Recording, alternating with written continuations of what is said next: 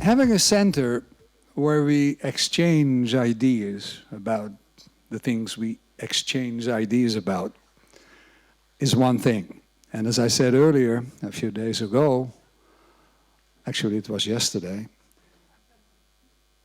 you have meeting places and you have centers and conference centers, but the International Theosophical Center is more than that. It is a spiritual retreat center, and we talk about those things that are very close to us. But next to that, I think it's also very important that we look at being together as something that is important, but next to all the talk, we should also have an eye open for beauty, for the arts, and that is what we are going to do tonight. We're going to have a wonderful musician playing for us. After that, we will have a presentation by Arend Heijbroek, whom you all know and who doesn't want to stand up.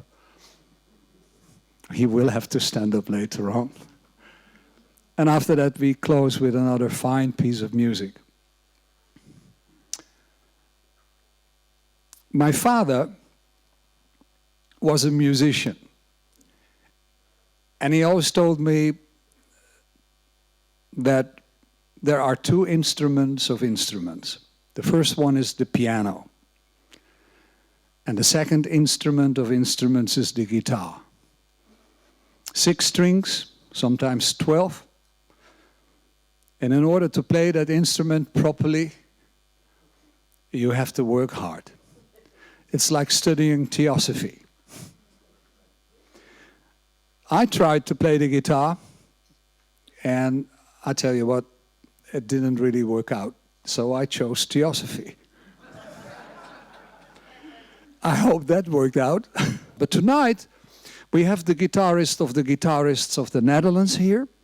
I was introduced to him through an email with a link, and I listened to his music while still in Brazil, and I was really, well, flabbergasted. He plays wonderful music, a beautiful combination of classical music, some modern tunes, and also some blues influences. Ladies and gentlemen, it's a pleasure to present to you tonight a wonderful guitarist, Rob Kietselaar.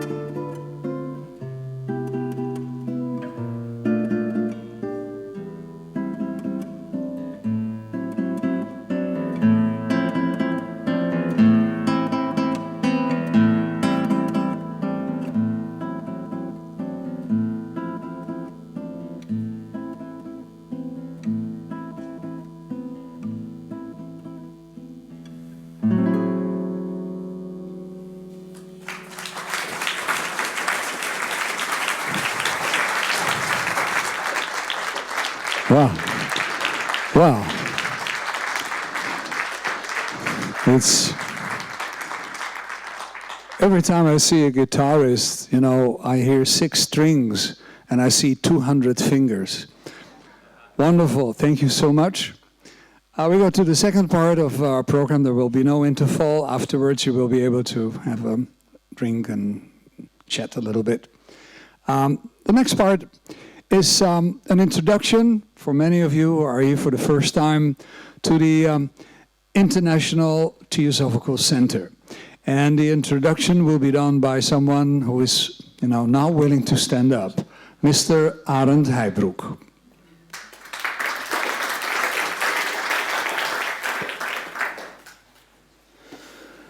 All right, good evening, my friends. I make use of the opportunity to extend a very warm welcome from the Council of our beloved International Theosophical Center to this very inspiring International Theosophical Conference.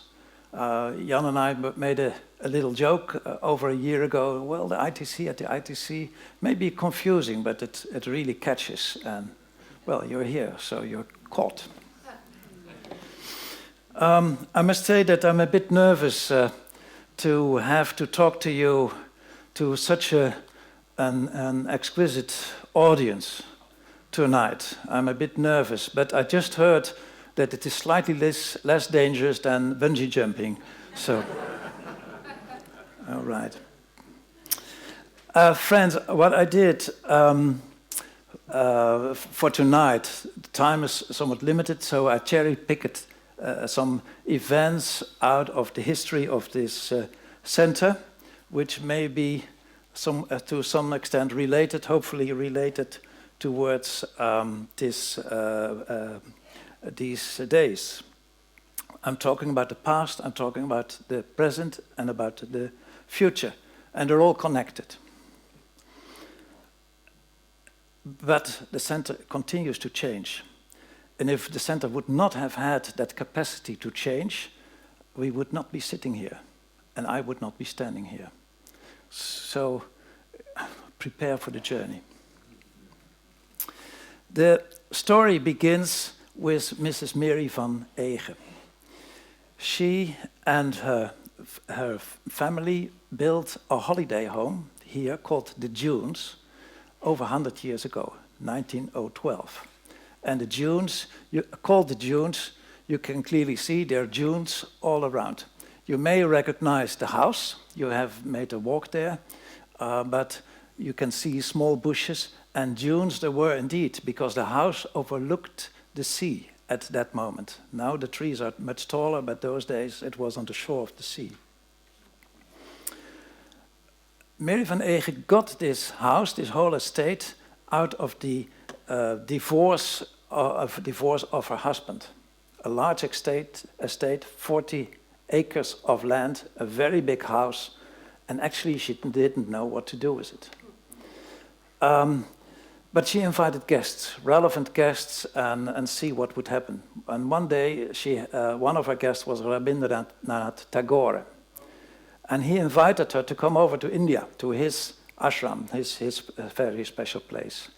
And then she made the journey, and during that journey, on top of a mountain, she got a spiritual experience, a voice telling her, you have to do something special with this estate, with this house. Because actually she planned to sell this whole estate, because what to do as a woman alone with such a large house. And by the end, she donated, as a result of she donated the estate to Annie Besant in 1925. So 1925 is the beginning of the ITC, of this ITC as a Theosophical Center.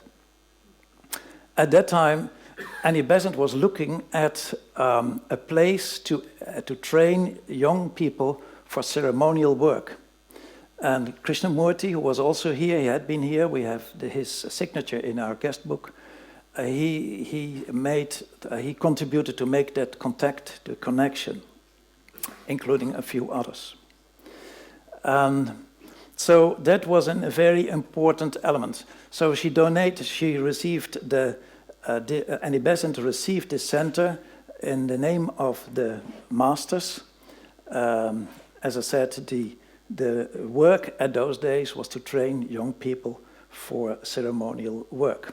And the objects to foster the principle of universal brotherhood and peace is still the object of the center today. Here you can see Annie Besant. This picture was taken in the garden of St. Michael's House. On the one side of her was Gina Rayadasa, who was the fourth president of the Theosophical Society. And on the other side, that's Bishop Wedgwood. That's the man standing there, and the other creature there is the dog, but we don't know how the dog was called. So there was a strong relationship, particularly with the work of the Liberal Catholic Church. And this is the first chapel built here on the estate. As you can see, in 1925, a chapel for 16 people to be able to sit there. But from the beginning, there was an enormous energy going on in this center. It was really amazing. So the year after that, they made a huge extension of this chapel. And the year after that, and that extension was not suitable enough. They didn't like that enough. So they made this very large wooden church, seating 300 people. Can you imagine? Within 2 years' time of actually nothing, it was just a family estate, bringing together and building such a very large church, and that was really needed for the work. And this was built in the winter of 27-28. And as you can see here, it attracted crowds. It attracted a lot of people for the Liberal Catholic Church. I do not know why, but when I looked at this picture again last night, I was thinking about the American movie Men in Black. Well, this is a bit the opposite. But they were all in smart dresses. But what happened? These were quite remarkable times. I'm not sure, some of you may have read the book Years of Awakening, which describes the early years of J. Krishnamurti. And in those days, this center was an important center where leading members of the Adyar family were active, related to this work of the center, but at the same time they were looking around to appoint apostles around Krishnamurti, because Krishnamurti was considered to be the new world teacher, and a lot of that took place here at this center in those days. But what happened? 11 days after the consecration of that very big church, well, I don't have to tell you. This brought Wedgwood, who was really the inspirer of the first few years here, to the conclusion that apparently this large church and this center was not to happen.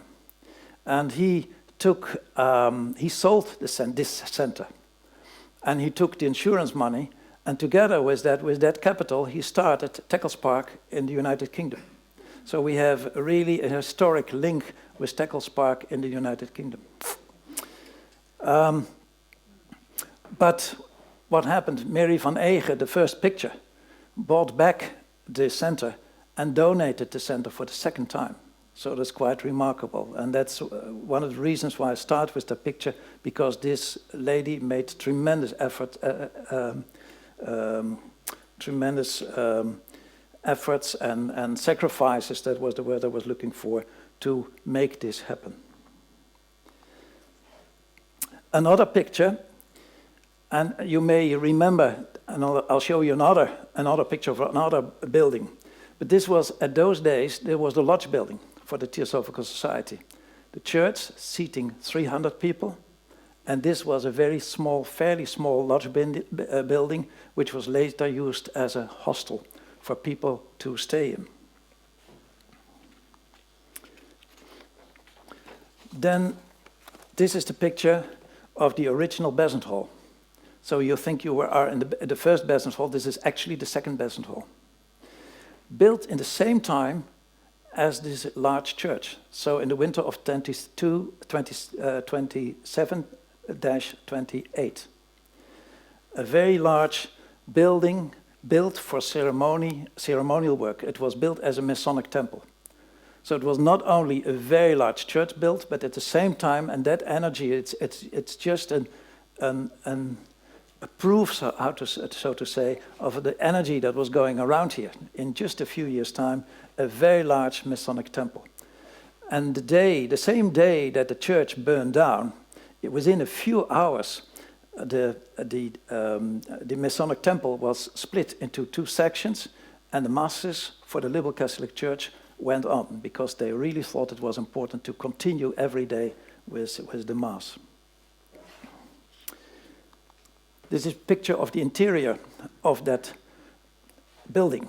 And that building was standing exactly at the same place as we are today. Here, have a look. This is a picture of the round table ceremony in the early 1950s.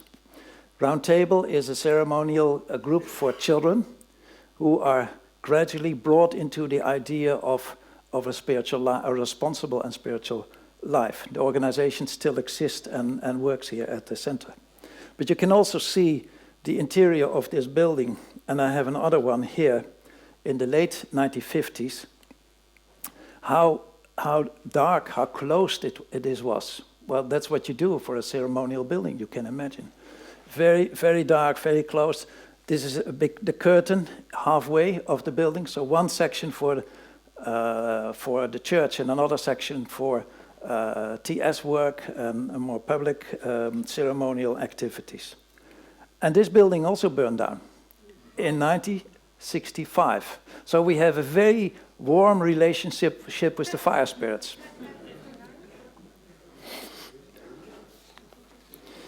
And that meant that there was the opportunity for a new beginning.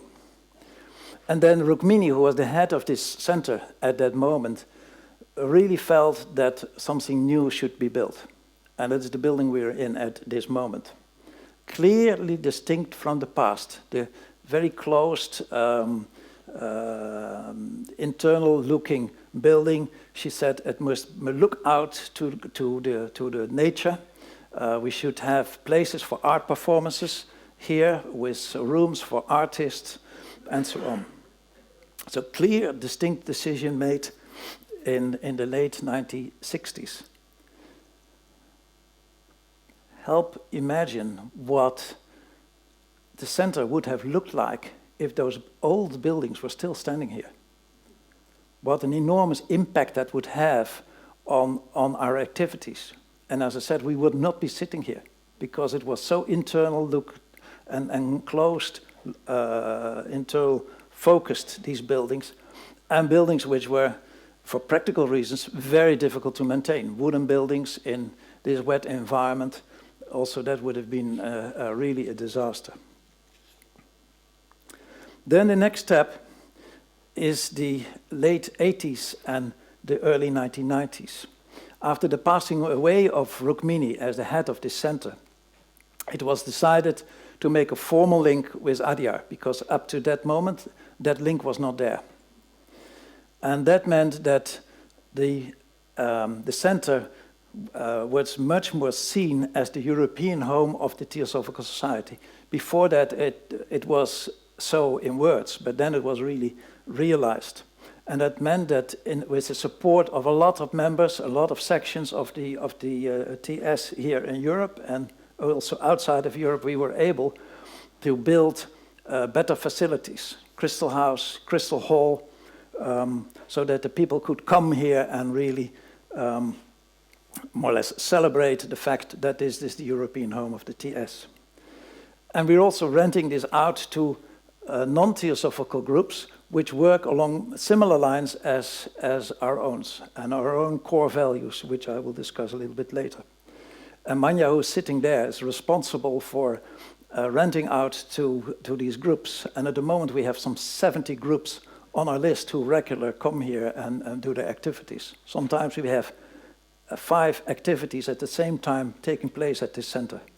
And we're very, very happy to see that the center is so very well used. I'll come back to some elements of that later. Here you can also see that we have changed our house style. So even, and that this house style was designed by Ingmar, who is the partner of Manja. We have, you can hardly see it, but you may have seen it a bit earlier on other documents. We have been able to add roses under the emblem of the TS, which stand for beauty.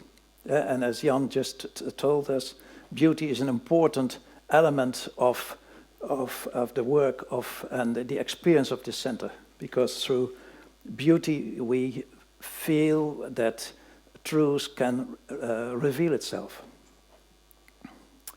Since the beginning, the aims of the center have remained the same, but we have put down what here you can see we call it the role of the center. Actually, it is the mission of the center, but we did not want to use that word mission because it could well be misunderstood, as you can imagine. And you can see here that we really want to be an open, inspiring spiritual center where we invite people from all over the world to work on the process of human regeneration through inner transformation. These are very important elements for the work of the TS. And as I said, we have also wrote down for ourselves and made it very clear that this center is not only for ADR or TS members. It has a much broader role, but at the same time, we have strengthened our theosophical identity. That's one of the interesting paradoxes, so to say, in which we work, and I'll tell you a little bit more about that. Paradoxes, in my view, are very important for such a center. Here I've listed the core values of the center: human regeneration, as I just told you, freedom of thought, and beauty and service. And human regeneration, freedom of thought, are also very clear criteria along which we measure which group we allow here to work and which group not. So no groups with no dogmas, no gurus, etc. are working here.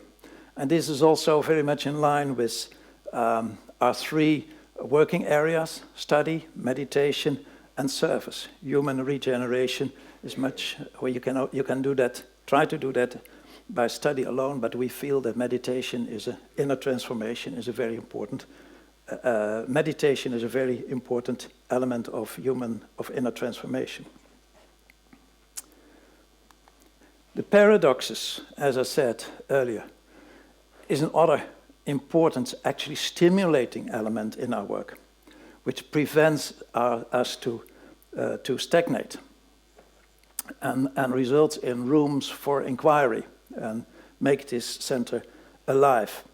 And a very important paradox, of course, is the quiet atmosphere that we like to protect of this center, while at the same time we want to reach out to the world, which is very restless. And we have to find our way there. If we are too protective, we don't have contact with the outer world.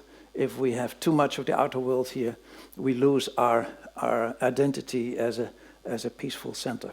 So that's one of the paradoxes, and we are finding our way there. We have positioned this center as a study and retreat center, two very important elements of our work. And therefore we decided to invest further in our library. So we are really involved in what we could often call a quality push for the library, from a traditional lodge library to a dedicated study library with a clear focus. In addition to the library of the Dutch section, which is 3 times the size of ours, we can offer unique study opportunities. We have built last year 3 self-catering cottages. So from now on, it is possible for people to come here to study, make use of our library, make use of the library in Amsterdam because they are connected. We can easily get books from Amsterdam and do a study, do research, write an article. Here, the cottages are self-catering. You have your own kitchen, your own bathroom. You can have a bike, so you can do your own shopping and use the facilities of the center. An important element. We have meditation rooms here at the center, one of them here and one in St. Michael's House. And for some people, it's also relevant to know that we have some very fine statues, a Buddha statue and a Tara statue in the garden of St. Michael's House. Yes, so this center is part of the Adia family. But I think I made it clear that our work is much broader than that. We feel it's our responsibility, but we are here for to the service of the world. We also consider this a laboratory. It's a place where Theosophists live and work together. One of the few places, I'm not sure how many there are in the world, comparable to this center. A center with a special atmosphere where all the activities are more or less working in the similar lines and strengthening each other. We often make the comparison of a diamond, which has also many different colors, but together they are the most beautiful diamond. If it would have only one color, that probably would be boring, but just the play of the different colors, each activity contributing to the atmosphere of the center, that is actually what we aim at. And we often say the center only works if it works. Maybe simple, but it's actually a deep one. We have to work through activities. We cannot be dormant. So the center is here for nearly 90 years. Next year that will be the case. And we will continue to change. We are changing. We changed a lot. If you see where we are today and compare that with the early days, that's an enormous difference. I must say that we are very happy with where we are and that we are not really working along the lines of the 1920s. Of course, there were very rich and beautiful moments, but this is where we are today. And in the future, we will continue to change. And this requires us to be very, very sensitive and try to feel what is the right direction for this center. And I can imagine that as an outcome of this conference, once again, we will be colored and will be influenced, and we need to discuss that and see whether there are elements that we need to change. I end up with saying that I hope, we hope that you may enjoy your visit here and you may benefit from the special atmosphere from this center, which is so close to our heart. I thank you for your attention. Thank you. Thank you. Well, it's often said words are great, and I think Aaron did a wonderful performance. I would almost say a wonderful presentation, of course. And we go further with a performance of a brilliant guitarist. Rob, the stage is yours.